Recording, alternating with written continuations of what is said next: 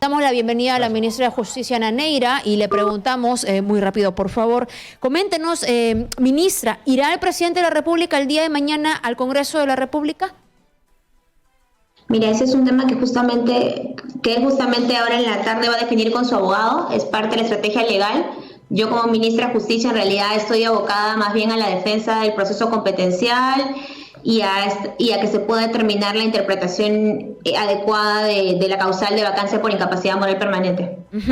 Ok, allí mismo el tema de que esta defensa es muy particular, la solventa él mismo, ¿verdad? ¿Así es la figura?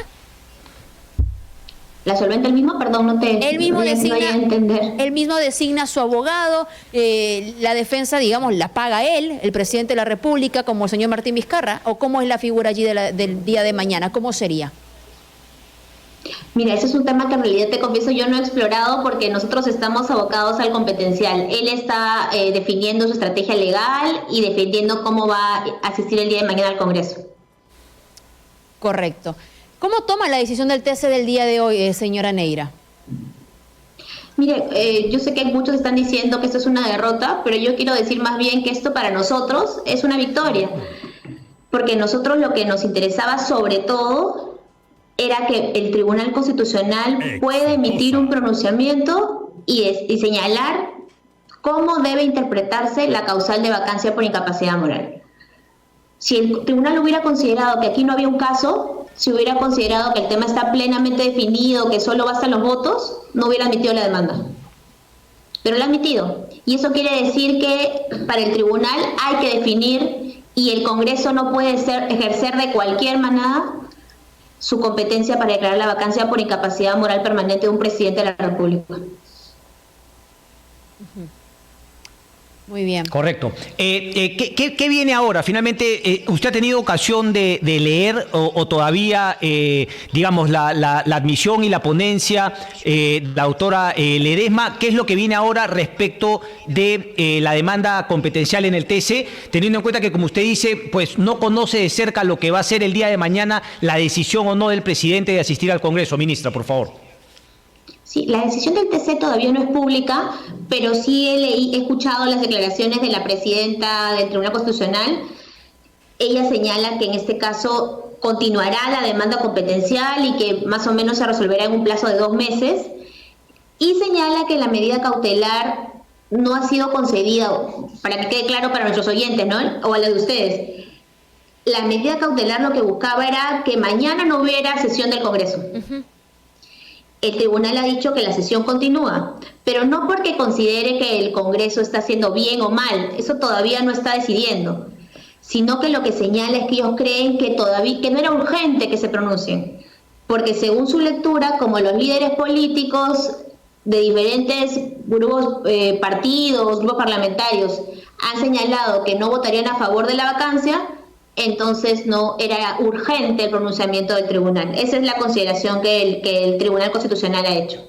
O porque también para nosotros, en realidad, hubiera sido importante que hubiera un pronunciamiento del tribunal dando la medida cautelar, suspendiendo la sesión de mañana hasta que ellos se pronuncien de manera general sobre la vacancia por incapacidad moral permanente, porque al margen de los hechos, que yo sé que algunos consideran que son delictivos y se deben hacer las investigaciones en el Ministerio Público, el espacio para nosotros no es el Congreso. Y estos hechos no configuran una causal de vacancia por incapacidad moral permanente como pretende declarar el Congreso. Esperemos no finalmente el día de mañana, pero hasta que voten no lo sabremos con certeza. Ok, pero digamos, ¿es consciente, ministra, que el Congreso podría ejercer finalmente, o sea, podría ser un deseo y quizá haber pecado de ingenuos en el TC, porque finalmente podrían cambiar las decisiones, como lo planteó un congresista hoy más temprano en el programa, y finalmente votar y llegar a los 87 votos? ¿Qué escenario pues aparecería ahí, ministra? Nosotros justamente escuchábamos las declaraciones de los congresistas e incluso pese a los pronunciamientos de los partidos, ¿no? Algunos señalan ahora de que no está definido su voto, de que van a volver a evaluarlo. Entonces, esto quiere decir que finalmente, hasta que haya votos, no hay decisión, ¿no? Entonces, para nosotros hubiera sido importante que el tribunal suspenda este procedimiento hasta que ellos emitan una decisión final. Y esto, bueno, finalmente el tribunal no lo ha decidido y por supuesto ellos son autónomos y nosotros respetamos por supuesto la decisión y como ustedes ya saben, el día de mañana acudirá el abogado del presidente a sustentar su defensa, el doctor Roberto Pereira, y por otro lado el presidente definirá en el transcurso de la tarde si él asiste el día de mañana o solo acude su abogado. Correcto, la aclaración ahí entonces, Fátima, para darte el pase, el doctor Pereira va de todas maneras, queda por definir la presencia del presidente de la República. Ok. Correcto. Muy bien, la pregunta sobre el fondo, porque quería hacérsela desde hace varios días cuando le escuché mencionar, los descargos del presidente, entiendo a ustedes, o los comentarios han sido que lo que escuchamos en el primer audio fue una reunión de trabajo. No sé si al día de hoy ha podido escucharlo completo. ¿Le sigue pareciendo que en realidad esto es coherente con una reunión de trabajo o le parece que había una coordinación para señalar otro tipo de hechos? Sí, yo he escuchado el audio y he leído la transcripción también y sí, yo coincido que es una reunión de coordinación, pero al margen de eso, Fátima, lo que yo sí creo que es importante que debemos centrar hoy nuestro debate, nuestra discusión, es si esto debe ser o no causal de vacancia. Correcto. A ver, luego perdóneme. de eso, que se hagan las investigaciones, que el Ministerio Público lo determine, eso no está negado, pero la pregunta es, estos hechos en los cuales no había una verificación de audios previa antes que se difundan, no se dio derecho de defensa, no se ha verificado ni contrastado los testimonios, puede en menos de 10 días declarar la vacancia de un presidente por supuesta incapacidad moral permanente? Pero, ministra, el presidente ya reconoció que esos audios son reales. Entonces yo decía, no es reunión de trabajo, entonces se reconoce que es un audio donde se visualiza, o se escucha, mejor dicho, la coordinación para llevar información falsa a la Fiscalía. En realidad no, Fátima, porque ya la Fiscalía tenía toda la información. Lo que en ese momento sucede es que se descubre que por alguna razón que hay un problema interno, 5 veces se había pedido que ese señor entre a Palacio y solamente hay 2 visitas registradas que se han realizado. Y la pregunta es ¿por qué? Y esa reunión es para aclarar eso. Para coordinar. Si alguien considera, y yo sé, Fátima, probablemente esa es su interpretación, que aquí hay un tema delictivo, que el Ministerio Público lo investigue. Claro. Pero esto requiere una serie de garantías y debido proceso y evaluación y tiempo. No 10 días con un audio escuchado sin contexto y sin verificación y por un presidente de una comisión de fiscalización que no ha dado las garantías del debido proceso tampoco. Correcto. Como ciudadana, y esta es mi última pregunta, como ciudadana, ¿usted logró escuchar esa parte donde se reconoce que se borran algunas citas en las agendas y se asiente, o donde también se escucha que finalmente la persona del presidente se reúne y allí mismo se coordina que tal o cual persona va a asumir estas reuniones? En realidad lo que se decía era quién era la persona que había recibido ese señor, pero también como seguro tú, Fátima, escuché una frase bien clara que dice el presidente que decía digan la verdad, ¿no? A veces se olvidan de esa frase cuando comienzan a hacer la valoración de los audios. No, se escuchan completas, ministra, se escuchan completas, pero también hay una coordinación donde se dice, yo me he reunido, pero esta va a ser, yo la asumo a pesar de que no, por ejemplo, Karen Roca, yo no me reuní, dije, pero voy a asumir esta, y Miriam Morales señala lo mismo.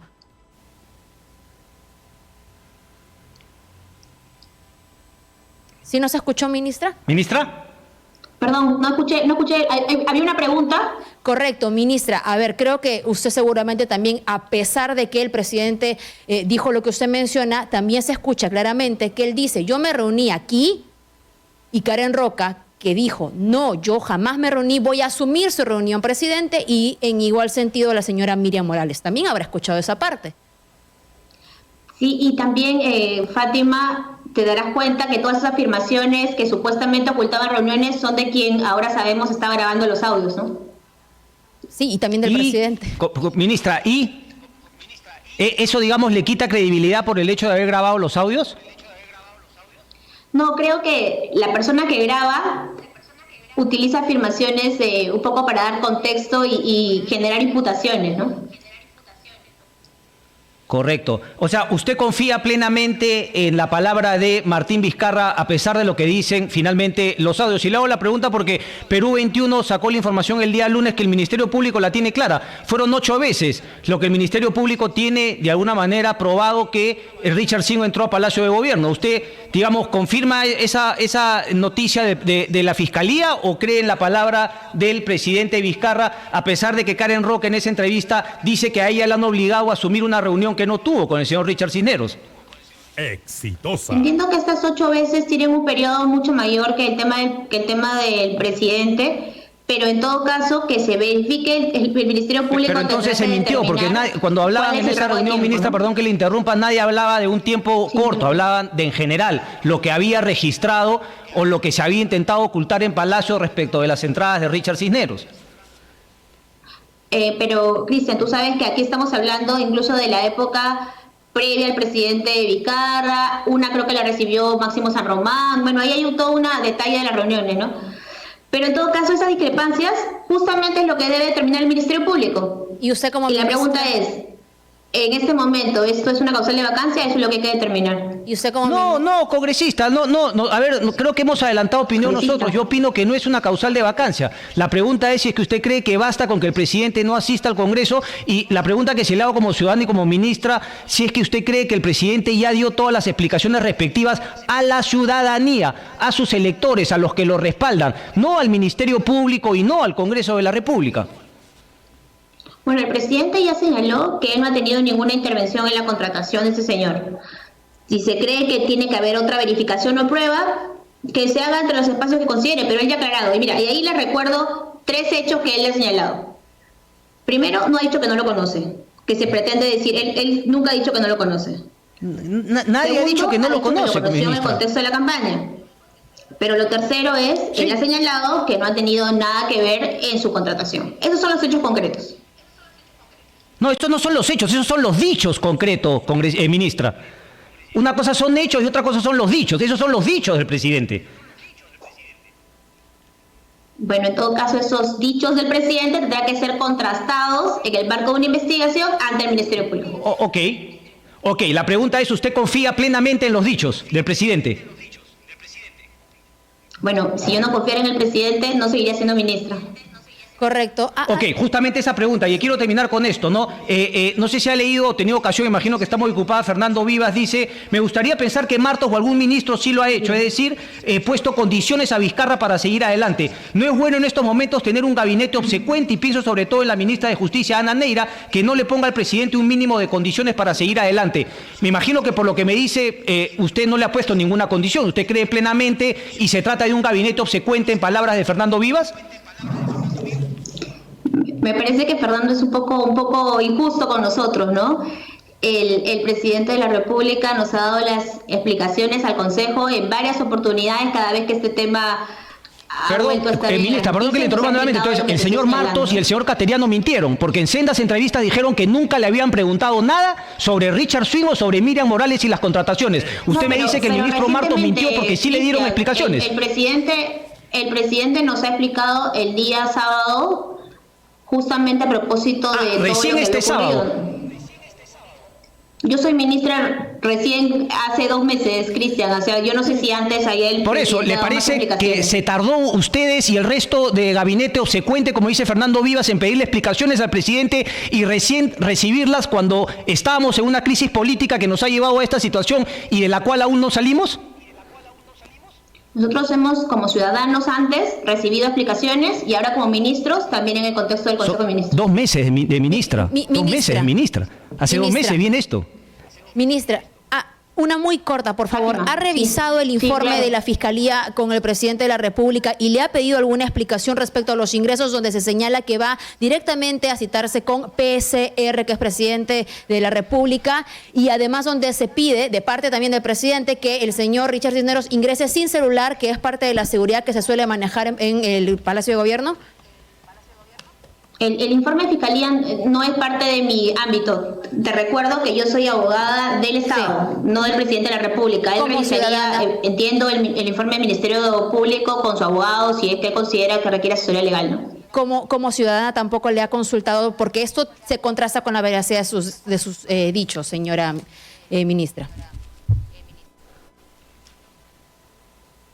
Perdóname, ¿hay una pregunta en tu afirmación? Sí, bueno, me queda claro que no le han consultado entonces por el informe. Yo le preguntaba si también como ciudadana se lo ha consultado, porque tiene que ver con lo que él ha declarado a los medios de comunicación. Pero bueno, gracias por su tiempo en todo caso, ministra. Gracias, Fátima. Gracias, ministra.